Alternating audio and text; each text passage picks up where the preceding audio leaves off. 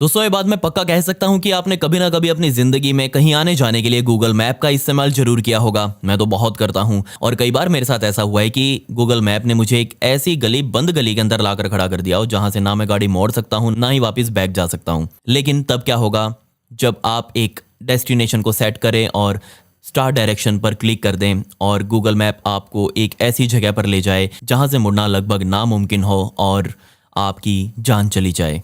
जी हाँ, एलिसा नाम की इस महिला के साथ भी कुछ ऐसा ही हुआ। गूगल मैप ने उसे जो शॉर्टेस्ट रास्ता बताया था, सबसे छोटा रास्ता बताया था, उसी ने इस महिला की जान को खतरे में डाला जबकि इसके लड़के की जान ही ले ली। क्या यहाँ कोई ऐसा तरीका था जिससे ये लोग बच सकते थे? चलिए आज की इस वीडियो में पूरी कहानी देखते हैं कि असल में इनके साथ क्या हुआ था। लेकिन उससे पहले मेरा नाम है विकी और आप देख रहे हैं मिस्टीरियस दुनिया पॉडकास्ट का 7th एपिसोड। आप प्लीज़ इस वीडियो को एक लाइक कर दें और कमेंट्स में पिक में लिख दें ताकि कल की वीडियो में मैं आपको शाउट आउट दे दूं। 1 अगस्त 2009 के दिन एलिसा और उसका 11 साल का बेटा कार्लोस और उसका डॉग इन्होंने एक ट्रिप पर जाने का प्लान बनाया। ये तीनों सुबह सुबह लास वेगस से निकले थे। इन्होंने खाने पीने का अपने साथ पूरा सामान रखा, 24-25 बोतलें रखी पानी की, अच्छे सारे सैंडविच रखे और स्नैक्स लिए और अब ये तीनों अपनी जीप में बैठे और सीधा डेथ वैली नेशनल पार्क की तरफ निकल पड़े। इनका प्लान था कि एक रात वहां पर ये कैंपिंग करेंगे और अगले दिन वापस अपने घर आ जाएंगे। घर से निकलने से पहले इन्होंने अपने परिवार को बताया था कि वो रास्ते में पड़ने वाले यूबी हिबी क्रेटर को भी जरूर देखेंगे जो कि इस डेथ वैली नेशनल पार्क के उत्तरी दिशा में बना हुआ था। और इस क्रेटर को ही देखने के लिए इन्होंने आउल हॉल स्प्रिंग रोड का इस्तेमाल किया। जी हाँ, इन्होंने गूगल मैप में सेट किया आउल हॉल स्प्रिंग रोड और ये जस्ट निकल पड़े। लेकिन इनको पता नहीं था कि ये आउल हॉल स्प्रिंग रोड ही बहुत कम इस्तेमाल किया जाता है, वो भी सरकारी साधनों द्वारा।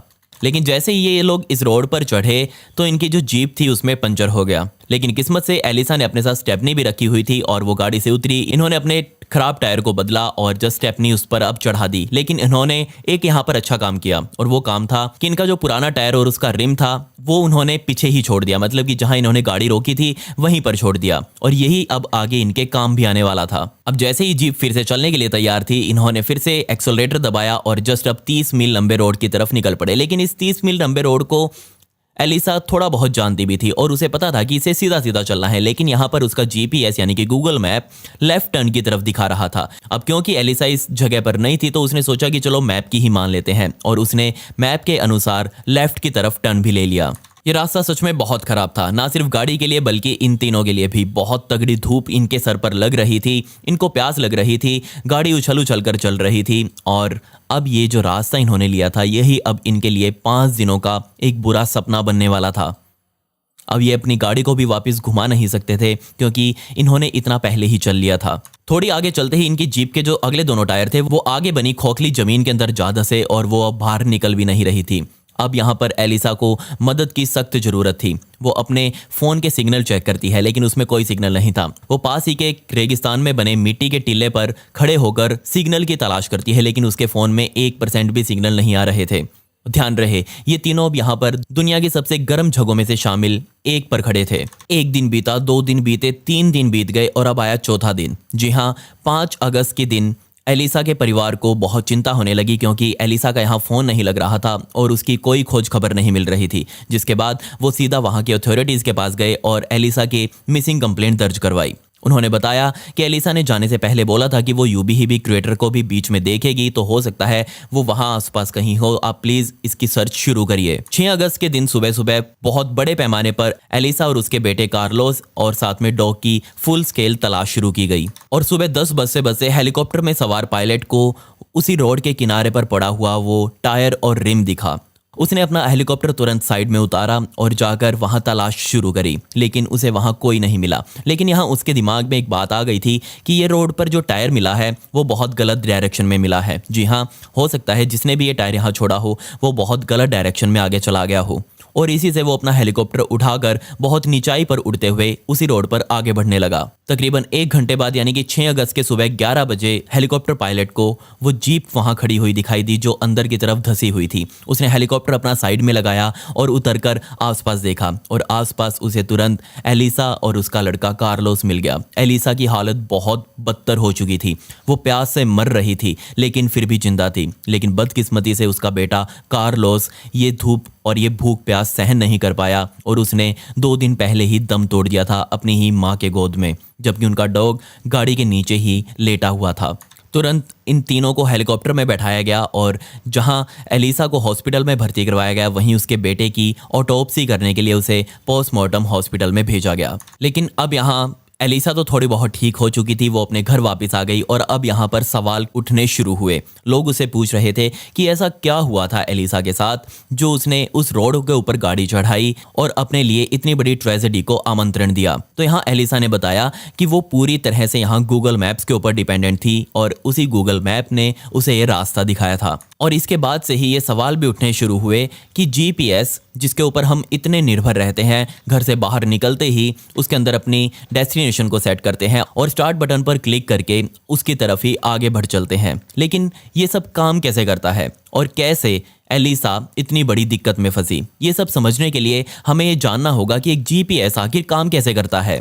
तो इसको जानने के लिए आप बस इतना समझ लीजिए कि टोटल 31 सैटेलाइट्स हैं जो 24 घंटे धरती से तकरीबन 20,000 किलोमीटर की ऊंचाई पर घूमती रहती हैं और वही आपको हर टाइम ट्रैक करती रहती हैं कि आप हो कहां पर। जी हां, आपने अगर एक बार अपना जीपीएस ऑन किया है तो टोटल 3 सैटेलाइट्स आपके जीपीएस से कनेक्ट हो जाती हैं और वही 3 सैटेलाइट्स मिलकर आपकी एग्जैक्ट लोकेशन को ट्रेस करती हैं कि आखिर आप इस दुनिया में खड़े कहां पर हो। आपकी जानकारी के लिए मैं यहां बता दूं कि इस टाइम पर पृथ्वी से 27 सैटेलाइट जो है वो 24 घंटे काम करती हैं, जबकि जो 4 बची हुई हैं वो इमरजेंसी के लिए है। अगर इन 27 में से कोई खराब हो जाए तो उन चारों में से किसी एक को एक्टिवेट किया जा सकता है ताकि काम ना रुके।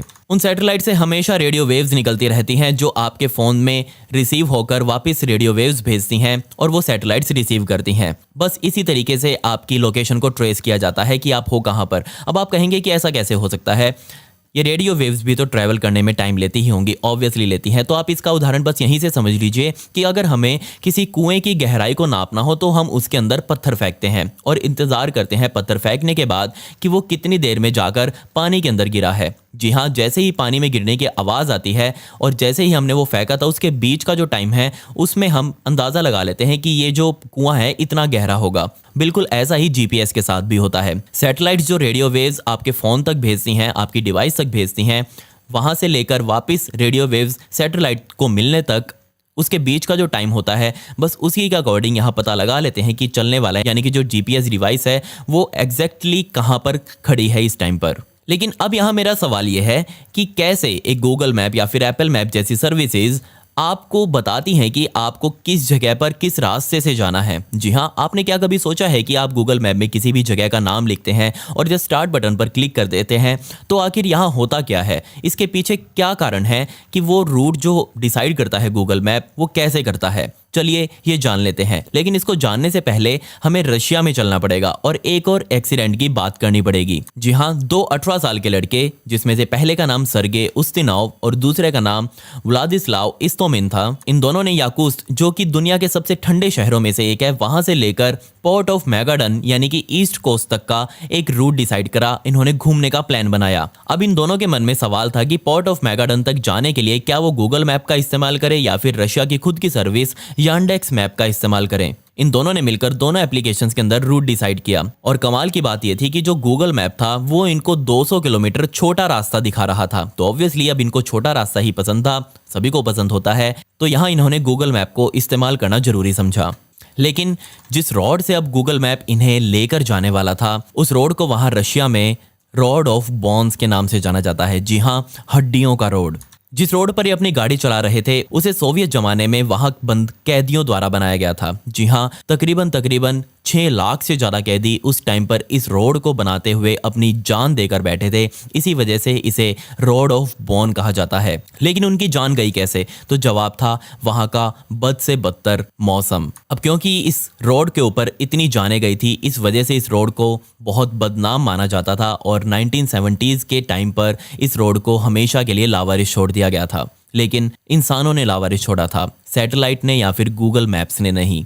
ये दोनों जब अपने घर से निकले तो इन्होंने सोचा कि ठंड में तो हम रहते ही हैं, पोर्ट ऑफ मैगाडन जा रहे हैं, वहाँ तो थोड़ी बहुत गर्मी मिलेगी, इसलिए ठंड के कपड़े लेना उन्होंने ज़रूरी नहीं समझा और वो जस्ट अपने शॉर्ट्स में और स्नीकर्स के अंदर गाड़ी के अंदर बैठे और जस्ट वहाँ से निकल पड़े। लेकिन इस रोड के ऊपर तकरीबन 150 किलोमीटर चलने के बाद उनकी जो गाड़ी थी वो आगे पड़े एक पेड़ से टकरा गई और उस पेड़ से टकराने की वजह से उस गाड़ी का रेडिएटर जो था वो उनके हाथ में आ गया। जी हाँ, रेडिएटर टूटकर नीचे गिर चुका था और गाड़ी अब बंद हो चुकी थी। ये बात आज तक एग्जैक्टली पता नहीं चल पाई कि उन्होंने अपने आप को कैसे वहाँ पर मैनेज किया, लेकिन जब उनका रेस्क्यू किया गया था तब उन्हें वहाँ पर पड़े हुए कई दिन बीत चुके थे।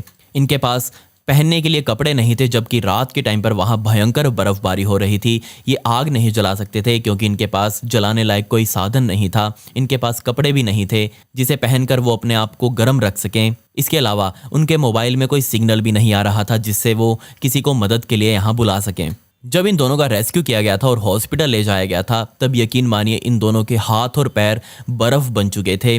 उनको महसूस ही नहीं हो रहा था कि उनके शरीर में हाथ और पैर जैसी भी कुछ चीज़ लगी हुई है। और जब डॉक्टर ने उनको छुआ तो यकीन मानिए वो पत्थर थे, लिटरली पत्थर जो जम चुके थे। जब सरगे के ऊपर डॉक्टर ने अपने टेस्ट परफॉर्म किए तो कोई टेस्ट काम नहीं आया। जी हाँ, उसका पूरा शरीर फ्रॉस्ट बाइट बन चुका था, पूरा शरीर बर्फ़ बन चुका था, अंदर से जम चुका था। लिटरली उसके शरीर में बहने वाला खून जमकर नसों में फंस चुका था और उसने हॉस्पिटल आने से पहले ही दम तोड़ दिया। क्या आप इस बात पर विश्वास करेंगे कि जब इनका रेस्क्यू किया गया था उस टाइम पर इस जगह का तापमान -57 डिग्री सेल्सियस था। लेकिन अब वहीं मेरा सवाल फिर से यहाँ पर खड़ा होता है कि कैसे गूगल मैप ने इन दोनों लड़कों को एक ऐसे रास्ते पर भेज दिया जो दशकों से लोगों द्वारा लावारिस छोड़ा जा चुका था। तो इसका जवाब जानने के लिए हमें समझना पड़ेगा कि कैसे एक नेविगेशन सिस्टम रूट को जनरेट करता है आपको अपने निर्धारित डेस्टिनेशन पर पहुंचाने के लिए। तो इसका सबसे पहला और आसान सा जवाब है कि गूगल मैप या फिर यांडेक्स मैप या फिर एप्पल मैप कोई भी हो, वो आपको एक जगह से दूसरी जगह तक पहुंचाने के लिए सबसे छोटा रूट दिखाता है। ऑब्वियसली सभी को जल्दी होती है तो सभी छोटा रूट पसंद करते हैं और इस छोटे से रास्ते को ढूंढने के लिए यहाँ पर डिक्स्ट्रा एल्गोरिथम को इस्तेमाल किया जाता है। जी हाँ, डिक्स्ट्रा एल्गोरिथम को एम्स्टर्डम के एक छोटे से कैफे में बैठकर एक नौजवान लड़के द्वारा बनाया गया था। बिल्कुल सही सुना आपने, उसने 20 मिनट के अंदर इस एल्गोरिथम की कोडिंग कर दी थी और इसे A* एल्गोरिथम भी कहा जाता है, जो एक पॉइंट से दूसरे पॉइंट तक पहुंचने के लिए सबसे छोटा रूट दिखाती है। और बिल्कुल इसी का इस्तेमाल किया जाता है इन सभी नेविगेशन सर्विसेज में। ये आपको बिल्कुल वो शॉर्टेस्ट रास्ता दिखाते हैं, चाहे वो बंद ही क्यों ना हो, चाहे वो ख़राब ही क्यों ना हो, चाहे वो लावारिस ही क्यों ना छोड़ा गया हो। मेरे साथ भी ऐसा बहुत बार हुआ है जब गूगल मैप का इस्तेमाल करते हुए मुझे एक ऐसी जगह पर आना पड़ गया जो आगे से बंद थी और चारों तरफ कोई नहीं था, लेकिन किस्मत से वहाँ मेरी गाड़ी नहीं बंद हुई और मैं सही सलामत बचकर आपको आज ये पॉडकास्ट सुना रहा हूँ। अब इन सर्विसेज के पीछे एल्गोरिदम काम करती है, ना कि असली इंसान। अब सोचकर देखिए, अगर असली इंसान वहाँ बैठकर एक एक इंसान को रास्ता बताने लगे तो मेरे ख्याल से कंपनी नहीं चल पाएगी। उनको इतने एम्प्लॉयज़ हायर करने पड़ जाएंगे जो सारा दिन रास्ता बताते बताते ही थक जाएंगे। ज़रा सोच कर देखिए, वैसे अगर आप पूछें रास्ता कि कहाँ जाना है और पीछे से किसी इंसान की आवाज़ आए कि इस तरफ मुड़ जा, तो कितना बढ़िया होगा ना। लेकिन नहीं, ऐसा नहीं है। एल्गोरिदम है वहाँ पर और एल्गोरिदम ही ये डिसाइड करती है कि आपके लिए सबसे छोटा रास्ता कौन सा होगा।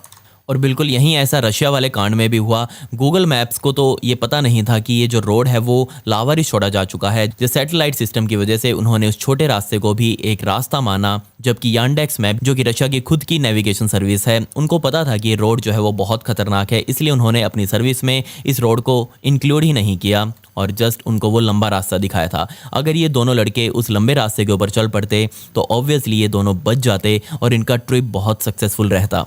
ऐसे बहुत सारे इंसिडेंट्स हैं मेरे पास जिसमें ये मैप सर्विसेज की वजह से लोग बहुत बड़ी बड़ी मुश्किलों में फंसे। आपके साथ भी ज़रूर ऐसा कभी ना कभी हुआ होगा कि आप मैप का इस्तेमाल कर रहे हों और कभी ना कभी आपने गलत टर्न ले लिया हो या फिर किसी बंद गली में मैप ने आपको घुसा दिया हो। मेरे साथ तो ऐसा बहुत बार हुआ है। ज़रा आप अपने इंसिडेंट्स मेरे साथ डिस्कस करिएगा यहाँ कमेंट्स में और मेरी इंस्टाग्राम आईडी पर। मेरी इंस्टाग्राम आईडी ये है और इसका लिंक आपको डिस्क्रिप्शन में मिल जाएगा। आप वहाँ मुझे फॉलो ज़रूर कर लेना यार, क्योंकि मैं वहाँ पर फैक्ट्स से रिलेटेड रील्स वगैरह डालता रहता हूँ। बहुत मज़ेदार फैक्ट्स होते हैं, तो यार आपकी तरफ से वहाँ फॉलो बटन पर क्लिक हो जाना चाहिए। खैर, पिछली वीडियो का शाउट आउट हमारे फौजी भाई दलबी डोगरा को and comment pick me to get a shout out in next video. आपको वीडियो कैसी लगी कमेंट्स में वो भी बता दें। मिलते हैं अगली वीडियो में। ये वीडियो देखने के लिए धन्यवाद।